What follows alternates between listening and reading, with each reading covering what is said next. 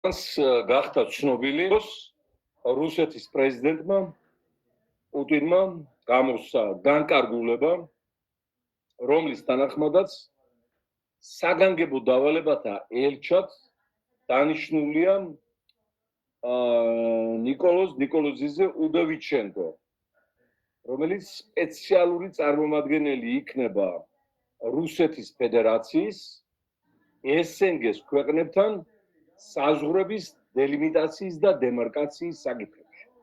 ეს არაფერი პრობლემა არ არის, მათი უფლება SNG-ს ქვეყნებთან რა საზღვრებს დაადგენენ და რა დემარკაციის პროცედურებს გაივლიან, აი შემდგომი პუნქტია ჩვენთვის შეიძლება ითქვას ატომურ ბომბზე უარესი. ატომური ბომბის შემდეგ რჩება მაინც. არ გვეწეროს ტერიტორიას და გადაარტყეს იაპონიას ატომური ბომბი ორი ამერიკელებმა, მაგრამ ის ქვეყანა დღეს ლამის ამერიკას უსწრებს ეკონომიკური განვითარების და ტემპებით და ტექნოლოგიებით. უარესი რამ არის ჩვენთვის. აგერა დაევალოს ანუ დაიკისროს მას მოვალეობები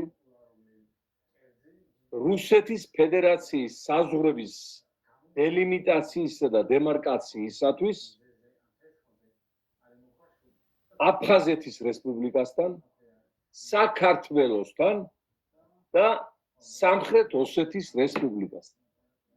ანუ ის ფორმატი, რომ ჩვენ ვიყავით რუსეთის მოსაზღვრე ქვეყანა, არავით არის იქ ჯუჯა ან სუპერ სახელმწიფოები შუაში არ ყავდა, საზღვარი გადიოდა კავკასიონის თავარ ქედზე, ეს დადგენილი გახდათ მათ შორის რუსეთს საქართველოს ხელშეკრულებებით, რომლებიც რატიფიცირებულია აქ პარლამენტშიც და რუსეთის დუმა ფედერაციის საბჭოშიც. საზღვრები, რომელიც დღემდეა აღიარებული და უცვლელი გაერთიანებული ერების ორგანიზაციის, ყველა საერთაშორისო ორგანიზაციის, ევროკავშირის, შეერთებული შტატების დედამიწის 98%-ის მიერ. აი ეს ყველაფერი უკვე ოფიციალურად გება კითხვის ნიშნის ქვეშ, იხაზება მოსკოვის სასურველი რეალობა, რის თაობაზეც ლავროვი და პუტინი ყოველთვის მოგიწოდებენ, რომ 2008 წლამდე იყო ერთი რეალობა, ეხლა სხვა სინამდვილეა მათ შექმნილი, უკვე საქმე გვაქვს არა ერთ სახელმწიფოსთან, არამედ სამ დამოუკიდებელ სუვერენულ ქვეყანასთან და საქართველოს გარდა კიდევ იქ აღიარებულია სამხრეთ ოსეთი დამოუკიდებელ სახელმწიფოდ და რესპუბლიკა აფხაზია, როგორც უწოდებენ. აი ახლა ნაცვლად იმისა, რომ მთელი სახელმწიფო მანქანა რას დასაწყისში მოგასწრებთ. საპოლიციო სპეცსამსახურები, ეს რა ქვია, დიპლომატიური უწყებები, მთავრობა, პრეზიდენტი თუ ყავს, პარლამენტი მომართული იყოს. აი, შეიძლება ძალაუფლებიდან წასვლა არ უნდა და არც უნდა, ხო? მაგრამ ხომ დაუყვარდეთ ის მიწა, სადაც ცხოვრობენ, დაიბადნენ და ზინავდნენ, ჭამენ და ისე გაძღნენ უკვე რომ ერთმანეთს დაევრნენ. ის მიწა ხომ დაუყვარდეთ 20 წამენ მიწას, პერეთ სადღა ვიგაკეთებინებს ამდენ ფულს და მილიარდებს. დღეს მომართული უნდა იყოს მთელი სახელმწიფო მანქანა და მთელი მსოფლიო უნდა ფერზე ყავდეს დაყენებული აი ამ ბრძანების გამო, რომელიც გამოსცა ნუ ფაქტურად ჩვენმა უკდავმა მტერმა შეიძლება ითქვას პირდაპირ დაგებით ამ პერსონაჟზე, რომელსაც ძალიან ცუდი მისია დააკისრა ჩვენთან მიმართებაში კონკრეტულად ისტორიამ, რომ დაშალოს ერთიანი ქართული სახელმწიფო სამ ნაწილად და ამას ის აგრძელებს სკრუპულოზურად, ძალიან პუნქტუალურად 2008 წლამდე და 2008 წლის შემდეგ განსაკუთრებით და აი დაგვირგვინება განკარგულება, რომლის მიხედვითაც უნდა მოხდეს რუსეთის საზღვრების დელიმიტაცია სამ დამოუკიდებელ სახელმწიფოსთან, აფხაზეთთან, საქართველოსთან და სამხრეთ ოსეთთან. დელიმიტაცია და დემარკაცია. ეხლა აქ კიდევ ძალიან სხვა საფრთხეებით ჩანს, ეხლა ამაზე მეტი საფრთხე რა უნდა იყოს, მაგრამ უფრო ღრმა დასკვნების გაკეთების საშუალება გვეძლება, რადგანაც მოგეხსენებათ დემარკაციას, ანუ საზღვრებზე აი ნიშნების დარჭობას, სასაზღვრო და წარწერების გაკეთებას, რასაც აკეთებენ აგერ ამდენი წელია ბორდერიზაციის წესით, ივანიშვილის თანხმობით, ხელშეწყობით რუსეთის შეერაღებული ძალები ქართლში და ენგურის გაყოლებაზეც, ხო? აი ეგ არის დემარკაცია. მაგრამ დემარკაციას წინ უძღვის დელიმიტაცია. დელიმიტაცია ნიშნავს სახელმწიფოთა შორის შეთანხმებას საზღვრების დემარკაციაზე, ანუ საზღვრების მონიშნაზე. გამოდის, რომ საქართველოს ვაი ძალადობრივი ხელისუფლება მოლაპარაკებულია მოსკოვთან, რომ დელიმიტაციის შეთანხმებას ხელს მოაწერენ, რასაც მე ავტომატურად მოხდება დემარკაცია. და ხელს მოაწერენ აი ამ ფორმატში. სამი სახელმწიფოს რეალობით ერთიანი საქართველოს ტერიტორიაზე. აბა ისე დემარკაციას ვერ გაკეთებს ვერავინ. თუ არ არის ხელმოწერილი ვიმეორებს შეთანხმება სახელმწიფოებს შორის.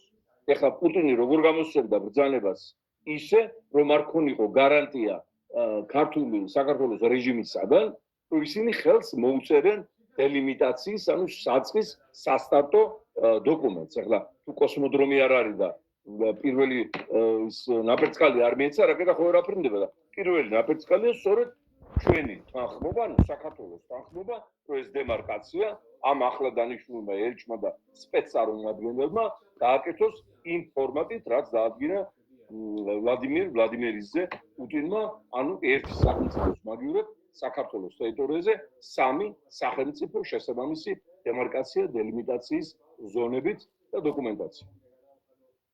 არც ერთი ამოკნავლება, არც ერთი დაკაკანება ქათამივითმარ. ქათმებზე უარესებია ქვეყნის.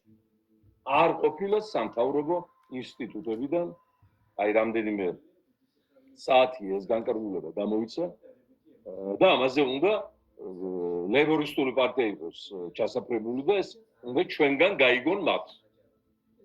თვითონ ეხებათ მარტო ამ ქვეყნის დარწვა, მილიარდების კეთება, საოჯახო ოფშორებში ქონების გადატანა, ჩვენი ქონების და მე ამაზე თუ ვინმე ამოიღებთ ხმას, მათი დაჭერა, გასამართლება აბერგუშეთ ლაშა ჩარტიშვილს გამოუტანეს 14 დღე პატიმრობა რუსთაველზე დგომისათვის და უამრავ ახალგაზრდას და ჟურნალისტს და ყველას და არნახული ცეცხლი რეპრესიების დაატრიალეს იმ დროს, როცა აი საქართველოს ამდენი ავყორნებია ყავს შემოსეული, მათივე თანხმობით და მათივე მოკავშირე ყავყორნები, თვითონ შიდა ყავყორნები, ისინი გარე ყავყორნებია და ასე ერთობლივად ის როგორც ის ამირანის მითოსშია მოთხოვილი, ვიც შამენ ქვეყნიცას. აი ეს ვითარებაა და რა თქმა უნდა გასაკვირია ახლა იმ ფონზე, როდესაც ოლიგარქმა როგორც კი პუტინმა აქეთ გადმოამისამართა და დაავალა საქართველოს დაპყრობა და ანექსია, პირველივე გადაწყვეტილება მიიღო, რომ გამოიყვანა დაპირისპირების ზოლიდან შიდა ქართლში პოლიცია, შეერაღებული ძალები, სპეცრაზმი, გაუნთავისუფლა სივრცე და უთხრა, რომ შემოღობეთ ბიჭებო, დავაირებიათ. შემოღობო და ბოლომდე გადით. შემოღობეს და ბოლომდე გავიდნენ. ერთი პრობლემა მთავრობიდან ვარ შექმნიათ, ჩვენ ვებლანდებოდით ფეხებში შემოღობის დროს. არც ერთ სამთავრობო წარმომადგენელი არ ჩასულა და აი სიტყვით მაინც არ დაუნოვსებია, რას შვებით, ეს ხო ყაჩაღობა და ძარცვა ქვეყნის და სახელმწიფოს დღისით გზისით რაღაცა და მიეყოლებინათ რამე აი რუსული გამონათქველი. ვერავინ ვერ გაბედა, ვერც ერთმა ვერ გაბედა.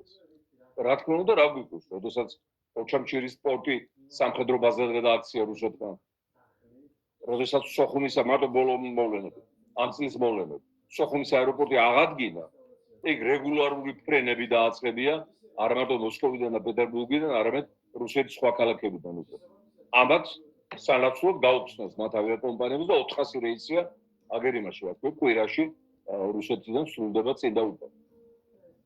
როდესაც გახსნეს სოხუმის რკინიგზა ტურისტებისათვის კომფორტული ერთი პროტესტი, ერთი განცხადება. როდესაც წყალზე და კატერით რეისები დანიშნეს სოჩის პორტიდან სოხუმის საზღვაო პორტში. კომფორტული და ამას აჩვენებენ თემ სოფლოში, მიექანებენ ეს კოქტეილში ჩადებული რუსები დასასვენებლად. ამაზეც არც ერთი ხმა და კრიტი არ გაუღია ხალხს. და სამაგიეროდ გახსნილია საქართველოს რუსეთისათვის სანქციების თავის არიდების სივრცე. წამს ახლა ამხელა რისკზე რომ მიდიხარ და სანქციებისგან გარკვეულწილად რაღაცა შეეხმარები და 2 მილიარდის მანქანას უგზავნი მარტო რუსებს, რომლებსაც არ შეუძლიათ სხვა გზით ამის შეძენა, ვითომ ყაზახეთზე და ყირგიზეთზე და გზაში იკარგება ის მანქანები, რა თქმა უნდა, იკარგება რუსეთში მიდის ვისიც არის რეალურად, ხო? ამას ვაკეთებ, სანაცვლოდ ის მაინც მოსთხოვე, რომ შეწყვიტონ შემდგომი ანექსია ქვეყნის. აი ესეთი ბრძანება მაინც არ გამოსცემ, კარგი. აი ასეთი ბრძანება, რომ საბოლოოდ არ გადავიშალოთ სოფლის პოლიტიკური რიგიდან და არ მოხდეს გაღრმავება იმ გრევილსაც დაიწყო მოსკოვმა უკვე ამდენი 10 წელია და ახლა მიფიქრებთ ეს ყველაფერი. არაფერი, მარტო სამხრივი დათმობებით, სამხრივი დანებება, ჯაბარება, გაცემა, გასვლისება, დაშლა, გაყიდვა, აი ეს არის ივანიშვილის და მისი ხროვის გენეტიკური დაგავილი თვისება და სამწუხარო რეალობებს ამაზე მომეწოდება. ახლა უნდა ყველა ელჩი ჩვენი გაელჩები ესენები, მაგრამ მაინც ნამყოფი უნდა იყოს თავისი ასე ვთქვათ წარმომადგენლობის ქვეყნების საგარეო საქმეთა მინისტრებთან, პრეზიდენტებთან, პრემიერებთან აი ამ სიახლით რომ აგერ პუტინმა რასაც ვერ მიაღწია უკრაინაში, ის საქართველოში უმაღლეს დონეზე შეასრულა. ტერიტორიები პრაქტიკულად 20% მიითვისა, ორი დამოუკიდებელი სახელმწიფო დახატა, დანარჩენი სივრცე ივანიშვილის საშუალებით პოლიტიკურად ანექსიაში მოაქცია და დაიწყო პირდაპირ მართვა. აი ამის თაობაზე ეს ელჩები ხონდა შედიოდნენ და ეუბნებოდნენ. კარგი, ივანიშვილმა დანიშნა ესენი მისი მონები არაფერს არ ეთქვენ მასზე, მაგრამ აი ეს ბრძანება ხონდა გააცნო. და უთხრა რომ აი მიხედეთ ამას რომ ეს საფრთხე ხვალდა ზეგ მივა ყაზახეთში, მივა აზერბაიჯანში, სომხეთში, ბალტიისპირეთშიც კი, რომელიც ნატოს წევრებია, მაგრამ ყოველდღე რუსეთის ავიაგამონადირებლები არ ღვევენ ბალტიის საჰაერო სივრცეს და მათ ჯერჯერობით ვერც ნატო ვერ პასუხობს და ვერც ამერიკა. ეს ფაქტია, რა. ხოდა ეს საფრთხე დაუდგებათ მათ, აი რასაც ჩვენ ვიკეთებენ, ისევე როგორც 90-იან წლებში ჩვენმა პასიურობამ დიპლომატიურმა პირველ რიგში და დასავლეთის ისე რა ლაითმა დამოკიდებულებამ ამ ჩვენს უბედურებასთან გამოიწვია მე რა უკრაინა. აბა ჩვენს მიმართ ქონოდათ რეაქცია რა საკეთებთ? რა ფეხბურთს თამაშობთ, მოჭრილი თავით, რის ტერიტორიას იერთებთ? რაზე გაქვთ პრეტენზია? ამაზე რომ ყოფილიყო რეაქცია დასავლეთიდან სერიოზული, უკრაინა არ იქნებოდა. არც დონბასი არ იქნებოდა, არც ხიდი არ იქნებოდა. ხოდა აი ახლა ეს ყველაფერი ვიმეორებ, რაც ტრიალებს თუნდაც ამ ბრძანებულ განკარგულების მეშვეობით ჩვენს თავზე, ის აკლები დაიჩოქებს სხვა ქვეყნებში, აუცილებლად.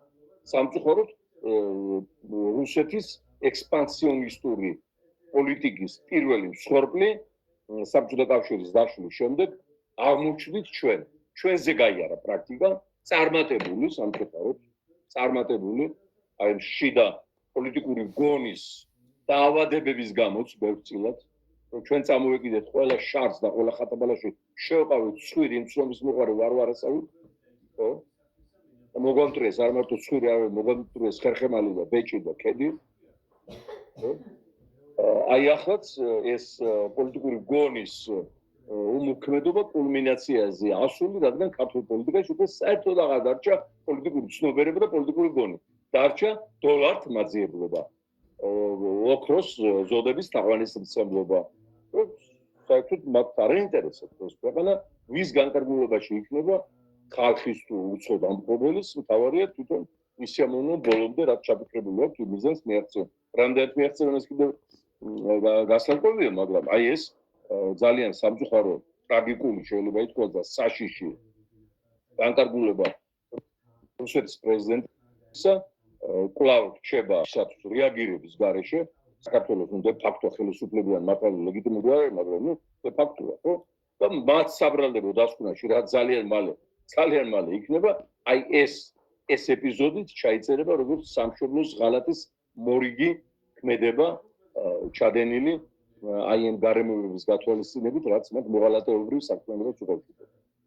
ეს არის დანაშაული, ამაზე დუმილი და ამაზე ხმაურის არ ატეხა და ჩვენ რა თქმა უნდა ახლა აღნიშნულზე შევღრით თელ დემოკრატიულ მსოფლიოს, მაგრამ სად ახლა ვინც მთავრობა ის რო ამოიღებს ხმას და იმის ეფექტი, რა თქმა უნდა, თუმცა კიდევ კარგი იციან დემოკრატიულ მსოფლიოში, რომ საქართველოს მთავრობა არ ყავს.